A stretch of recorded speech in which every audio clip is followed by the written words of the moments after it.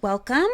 You're listening to Beyond the Front Door podcast with Lindy and Rhea at Peak Properties, and we're real estate agents here in Cheyenne, Wyoming, and we bring you stories from real people who that will inspire you, make you laugh, cry, cringe, inform you, all the things. Yeah. Yes. So thank you so much for being with us today. And Audrey, we have Audrey here, and I think I don't have your last name correct. Apodaca. Apodaca. Okay, Oh, thank okay. you. Audrey Apodaca from Family Promise. Yes. And so for anybody that has been listening or following along, we spent May and June highlighting those nonprofit agencies that are addressing homelessness or shelter. And so we are super happy to have Audrey from Family Promise on today. So thank you so much for joining us. Yes, Thank thank you. you for having me. Yes. And also, just really quick, if you didn't catch depending on the order that we do our episodes, Lindy and I, for all of our episodes that are going to drop in July, we are going to sport Wyoming brands. And so I have on this hat that is something I wear all the time. It came from the Brown and Gold outlet. And then this shirt is Surf Wyoming for, I guess, the 4th of July. So that's what I got on today. And I'm wearing a CrossFit Cheyenne.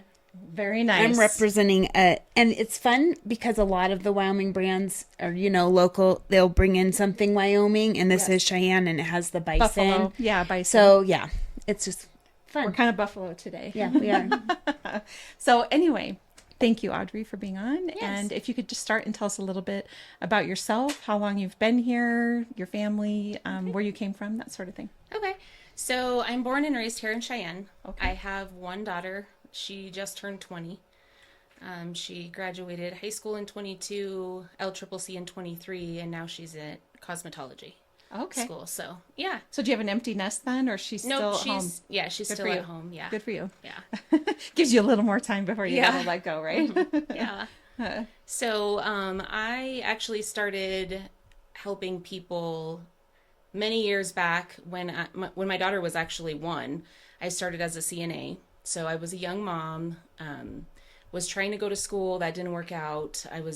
Became single. So I was taking care of her, trying to figure everything out, and, had to get assistance to be able to help me get on my feet. So when I first started out, I used assistance. And good for you. I think people should, to take care of themselves and get going. Yep. So I went through a training program, got my CNA license, and then was at the nursing home for 9-10 years, and I ended as the social services director. Okay.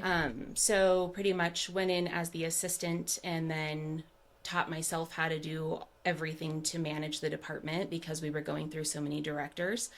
But then it just got to be where my daughter was with the sitter every day, all day, because I was a one-man show and doing all the things. And so that led me to take a little bit of time off, look for something different, and I went to the Salvation Army, which I was there for about 10 years. So that was when I started nonprofit. Yep. Love it. Absolutely love it. Yeah. I have a passion for helping people. And so to be able to say, like, I worked with elderly and in the nursing home setting, and then I went to the Salvation Army and helped all families of all sorts and individuals. And I was there for about 10 years. And then now I'm at Family Promise, and I've been there for almost a year. So, good for you. So yeah, I just enjoy it. I love the nonprofit world. I love helping people. It's just kind of what I do. So a couple of things. The first is the geriatric population is, there's turnover, right, in that field for those that are working in the geriatrics, because it's just a challenging time of that person's life. Oftentimes I have a grandmother that is in her late 80s in the nursing home up in Gillette, and she's a pistol. So I am wondering if many are at that age. I wonder if I'll be a pistol when I get to be in my mid 80s. Yeah. But there's some turnover there. So 10 years, that's huge. You must have a passion for helping people. Yes, I do. Yeah. So here at Family Promise, we are a family shelter focused on children experiencing homelessness and their families. So we serve families that are also facing homelessness, so we can help with like rent and utility assistance and that type of thing. Okay. But it's specific to families with children. Okay. So I still get to, of course, partner with all the different nonprofits and agencies in town, and, you know, do case management and budgeting and all those things with the families. So that's really nice.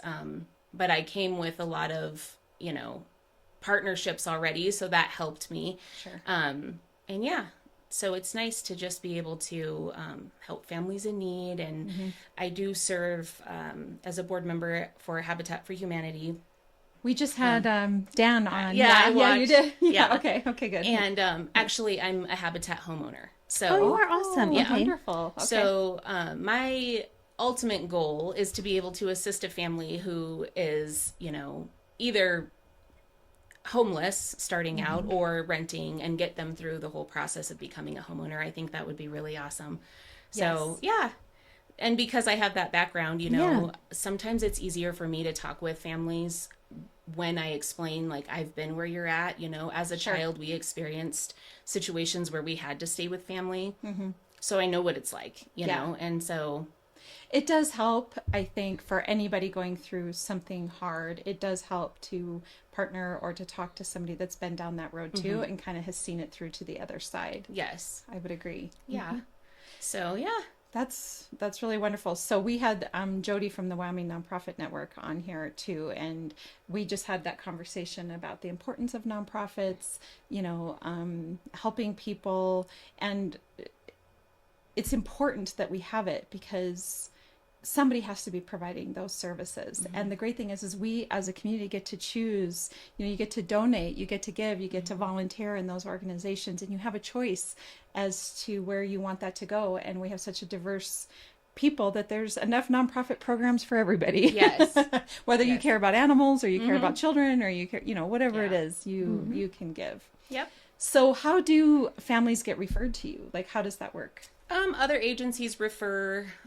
We do work pretty closely with like Camilla and the Journey Center, you know, so we kind of bounce off each other. If we don't have space, we'll refer them over, or vice versa. So really it's word of mouth.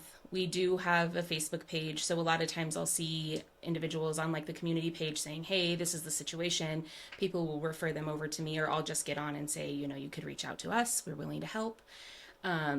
We work pretty closely with the WIC office. We do have a diaper bank where we're able to assist with that, and we help them as well. So when they're running low, we'll take some diapers over to them, or they just send their people right on over to us. I see. Interesting. So if somebody's listening and they're interested, the first thing they can do is contact you. Yes. And then what happens after that? What's the process like? So depending on the services that they need, if it was for shelter, right now our shelter is full, so they would be placed on a waiting list. I would refer them over to the Journey Center. Okay. And then I just kind of keep in touch. We'll call back and say, hey, where are you at? How are things going? You know, and any assistance that we can give at that time. If it's like utility assistance or rent, and we do have the funding, they will schedule an appointment with me. They'll come in, they'll bring the documentation we need, which is like, you know, ID, proof of income, birth certificates of their children, that type of thing. And then we assist with what we can. Sure. The main goal with that is we want to keep them in their home. Yes. Yeah. Yeah. So whatever we can do. And then if I have to partner with other agencies, hey, this is what we're assisting with. Can you help with this? Typically, if you have those partnerships, it's easy to do that. And we're all willing to help each other out, you know? Yes. So that's the great thing about our community is if someone needs something, we all come together and make sure Figure it out. happens. Yeah. How many people on average do you have in your shelter? So we can hold up to 3 families, a total of 12 heartbeats. Okay. So right now we do have 3 families in there, so we are full. Okay. We are working to get a transitional housing unit in the near future. So then our families, when they graduate from our program, which is typically 10 weeks, but if they need it extended, of course we would do that, you know, depending on what's going on and what the situation is. But then they would be able to go into our transitional housing unit for a year. And so you do have case management would continue and that type of thing to get them ready to be on their own. So you're helping them build skills Yes. and to be out on their own. So it's not, I think we've talked about this with every other entity. Yeah. It's not a hand up. It's not a handout. It's a hand up. Yep. Yeah. Sorry. Oh, Yeah. I'm having one of those days. So, wonderful. Well, do you hold an annual fundraiser? So we have a fundraiser. What is the fundraiser? Now I totally just went blank. Because I put you on the spot. It's okay. We have actually a few fundraisers that we're working on, so that's why I'm like, but our annual fundraiser is, what is our annual fundraiser? When you just started, like I in did, the last yeah. year or so. Well, what's some of the smaller ones? So we usually do, like during Family Promise Week, we'll do a fundraiser, which we have a national conference this year, so they're not having that. So we won't have that one, but we're thinking about doing like a gala, but not gala. We're still in the works of that. We did do Thankful Thursday. That was kind of my one that I really did, coming in, and I kind of worked on that one. That's always a good one. Yeah. So, and we did a golf tournament when I first started too. So Those are always good. that actually might have been the annual The big one. Yeah. Yep. But this year we're kind of changing things up. So Sure. You're growing. yeah. Yeah. So it'll be new next year. Wonderful. That's awesome. Wonderful. Yeah.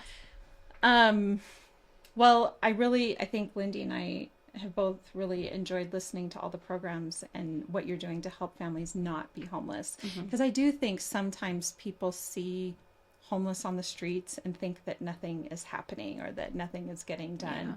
And there's a whole lot being done, and you all are really aware of the homeless community, and what it sounds like you're also really aware of the ones that are out on the street as well. Like you're paying attention to that. But ultimately people have to make some decisions about their life, right? And want to get out of that situation. Yes. Yeah, that's really the key to the whole thing. Yep. I'm like, all the resources are here and we'll help you, but you have to be willing to do the work and do it. Yeah. Yeah. Yep. So what's a common, and of course I don't want you to reveal any identifying information, but is there like a success story or a common theme that occurs when people are moving through your program and graduating from the program? I actually have a mom who I'm working with right now who's about to graduate and get into their own place. And she was in a relationship for many years, actually was a stay-at-home mom for her whole, as long as she's had children, and would just kind of do jobs here and there, but not necessarily to keep, a roof over their head or just some extra money. When she came to us, she's like, I don't even know the first thing about this. I don't know how to call to get a rental. I don't know really how to pay bills, and she's, a little bit older than I am. So I'm like, okay, well, let's work on that, but when you look at it, like, you're like, wow, there are people that really don't, if they've never had to do it, they don't know, because you don't go out and say, oh, I don't have to pay bills, but I'm going to go and figure out how to pay bills. You don't do that, Right. So, we started out in the very beginning stages with her, and she, like, when she first started, she had like a part-time job, and now she has a full-time job and a part-time job, and she even overqualifies for any services. Like, that's Sure. She's done such a good job. Yes. Yeah. And so I'm like, it's okay. That's good. It just means that you pushed yourself far enough. You know what you can do. You showed yourself that you take the step, and look what you did. So, she's about to graduate and have her own place. And then her oldest son is living in Casper right now with his dad, and he will move down here too with her. He couldn't be here because she didn't, have a place. Yeah. So good. So that's one of the success stories since I've started, but there has been a few already. We've had dads in the program with their children too, and just kind of don't know where to begin, or just need some help. Just need some guidance, just need someone really there. They can do it. Sometimes you just need a cheerleader. Yes, yeah. You're like, oh, that was so easy. I mean, it's as simple as making a phone call. Like, yes, literally, she's like, I am so terrified to call, and I'm like, okay, well, I'll sit right here and we'll do it together. And then she does it, and she's like, that was so easy. Why was I scared? It's just because you just need someone to be there with you and to support you through it. Yeah. So, Lindy and I did a Mother's Day podcast back in May with our mothers and hit on the subject of how far women have come in our mother's generation and, you know, how they grew up versus, and then how we grew up and how we're raising our own children. I would say daughters, but I don't have one. Oh, yeah. Lindy does, though. Anyway, that we did come, you know, it wasn't that long ago that women were mostly stay-at-home moms, stay-at-home wives. The husband took care of everything. And there's been an evolution since then. And it does seem like kind of what I see from reels and videos online, that there's sort of this push again for women to be able to be stay-at-home moms and stay-at-home wives. And I always say, I think that's great. Like for a family unit, for the mom to be home with the children, just like you're saying, you don't want your child in daycare all the time. Like there's some real importance around that, but develop a skill. Or have something that's yours. Yes. Do something where you're not 100% dependent on another person or another human being. If young ladies nowadays don't want to have to worry about working, they just want to be a stay-at-home mom and wife to their husband, and that's how they're going to proceed with their life. Good on them. I fully support Yeah, nothing wrong with it. a nuclear family unit, but please protect yourself, right? Take the time to learn everything that's going on. And I'm not saying your situation was a young lady, but I do want to hit on the subject a little bit because we seem to be kind of coming back full circle, you know, where we went through this women's evolution where we're women, we can do everything.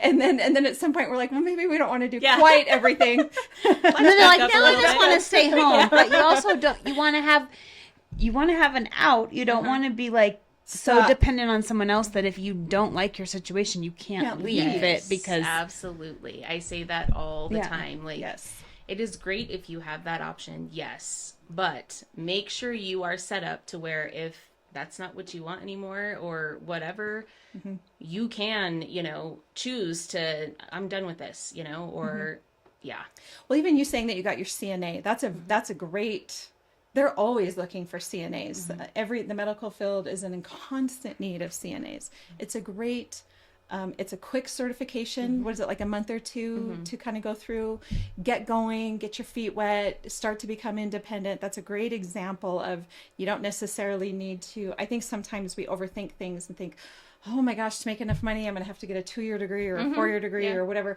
And sure, those things are great, but to get going, not necessarily. You know, get yourself a skill, at least get a certification of some kind so that you can go out into the world and take care of you and your children if you need to. You know, and I just, I really want to stress that because I'm just seeing so many videos of women saying, I'm not going to worry about it. I'm just going to stay home. And I'm like, no.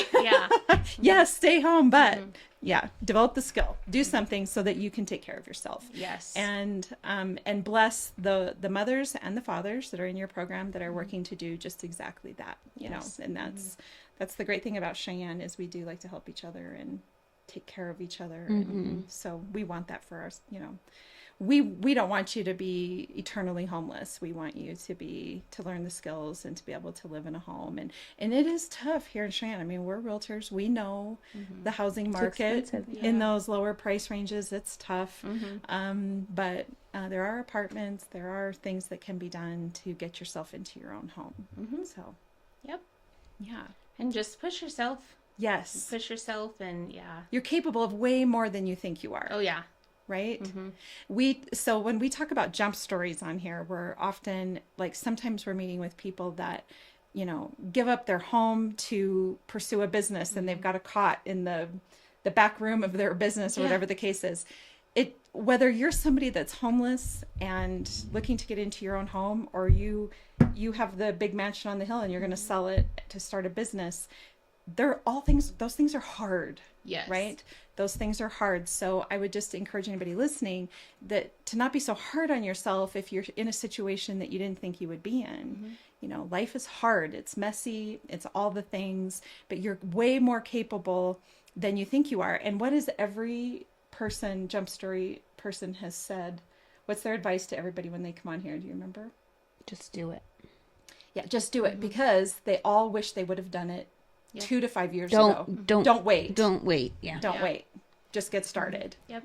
Start somewhere. You're strong. You're capable. You can do it. You know, but you have to be willing to ask for help. You got to sometimes eat some humble pie. Yes, to make for it sure. happen. That's something that stops a lot of people. They're like, Yes. I just don't want to ask, or, you know, I don't want to be looked down on, or, you know, I'm the first to say, like, the programs are there to help you, you know, to give you a hand up. That's exactly what they're there for. Use them when you need them. Yep. And, you know, you can be successful. It's there to help you.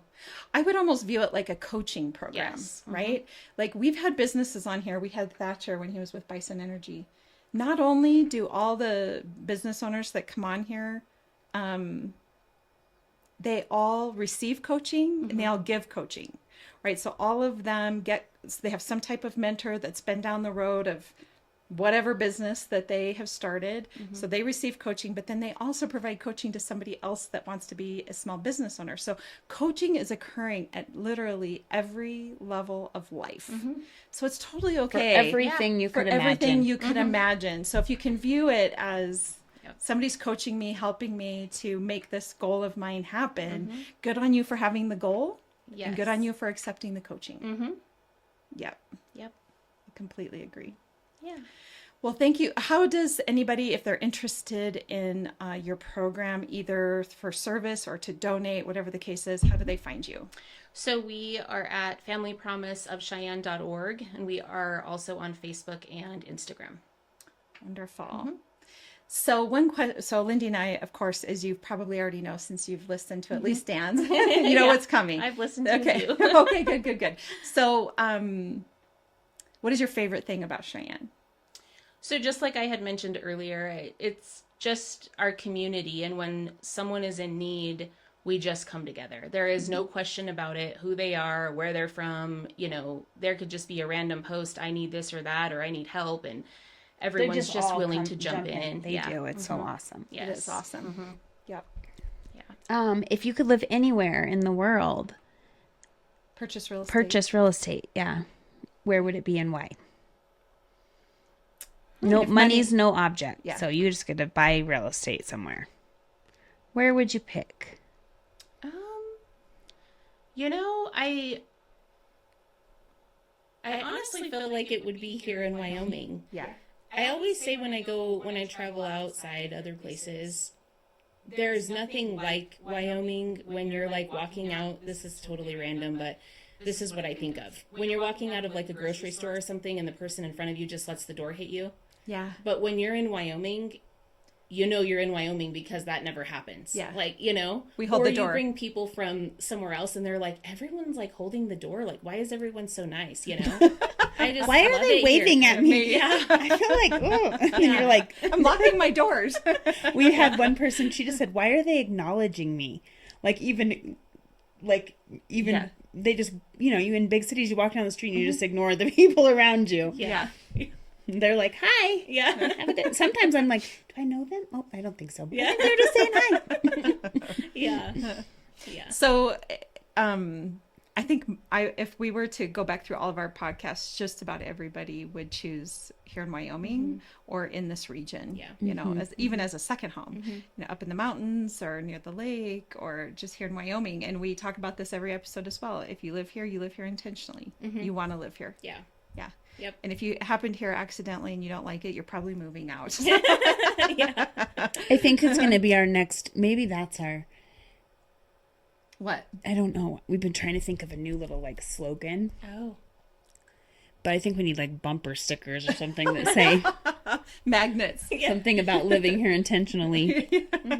Wyoming, it's intentional. Right? It's Yeah. intentional. That's a great one. Yeah. The one I've seen before that's funny is it's Wyoming, act accordingly. That's a good one. That's a funny one too. Well, thank you so much for coming on today. It was a pleasure to have you on and to learn more about Family Promise. So, and for all of our listeners, as you all know, Lindy and I are realtors here at Peak Properties. And so if you're looking to buy or sell, you can find us at www.sellcheyenne.com. and as well as all of our social media channels, and of course, Beyond the Front Door podcast on YouTube, Spotify, iHeartRadio, and Apple Podcasts. We hope you have a wonderful July. Thank you. This episode of Beyond the Front Door is brought to you by Peak Properties in Cheyenne, Wyoming. With over 75 years of combined experience in real estate, it's our goal to help clients buy and sell and save by providing the information you want and the professional services you expect. Let us help you with your residential, commercial, HUD, income-producing properties, as well as vacant land and rental needs. To learn more, visit www.sellcheyenne.com.